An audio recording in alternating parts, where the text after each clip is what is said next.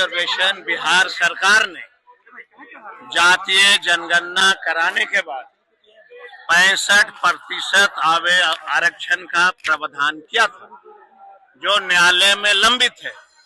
UGC का जब मामला आया, उसमें ये कहा गया कि कॉलेज में पढ़ने वाले दलित ओबीसी के बच्चे अपने आप को थोड़ा असहाय महसूस करते हैं, उनको सुरक्षा की दृष्टि से ये कानून लाते हैं। उसके बाद सड़क पे विरोध शुरू हुआ। क्या कहा गया? तेलिया प्रधानमंत्री हाय हाय। किन लोगों ने कहा?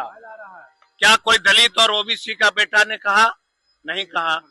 लगातार हमारे पक्ष में जो संविधान बनाई जाती है उसके ऊपर प्रहार किया जा रहा है।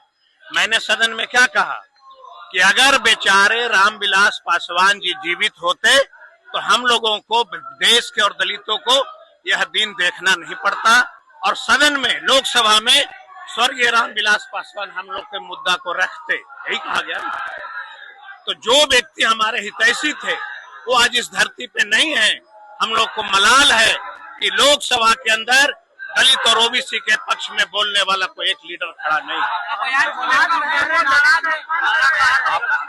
मैं आपसे जानना चाहता हूं कि इस देश का कौन ऐसा महापुरुष है जिसके बारे में ये नहीं कहा जाता है कि बेचारे अगर वो होते तो देश का संविधान सुरक्षित होता।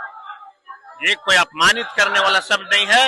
ये चिराग पासवान के द्वारा सदन में रिजर्वेशन के पक्ष में नहीं बोला गया, ओबीसी के पक्ष में नहीं बोला गया, दलितों के पक्ष में नहीं बोला गया। अपने पाप को छुपाने के लिए इस बात का प्रदर्शन दुनिया में एक ऐसी कोई ताकत नहीं है जो हमको झुका सकता है। रामविलास जी स्वर्गीय हम लोग के आदर्श रहे हैं और रहेंगे। आप सत्ता का सुख भोग रहे हैं 20 वर्षों से। मोकामा में पासवान जातियों का इतना बड़ा मेला लगता है, एक अनुदान बता दो सरकार के द्वारा। रामविलास पासवान जी की मृत्यु हो गई, जिस दिन मृत्यु हुई उस दिन बिहार की सरकारी छुट्टियां क्यों नहीं दी जाती है? रामविलास पासवान दलित के देश के बड़े नेता थे, उनकी मूर्तियां सदन के अंदर क्यों नहीं लगाई जाती है? किसी चौराहे पे क्यों नहीं लगाई जा सकती है?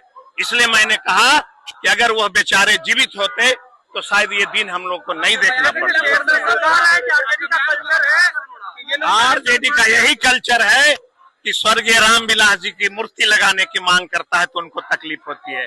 आरजेडी का यही कल्चर है कि रामविलास जी का विधानसभा के कैंपस में एक मूर्ति स्थापित करने की जब बात होती है तो उनको तकलीफ होती है। तो मैं इनको और क्या उनको कोई शिक्षा दे सकता हूं? जिनके संस्कार में ही नहीं है महापुरुषों की बात करना, उनके बारे में मुझे कुछ नहीं कहना।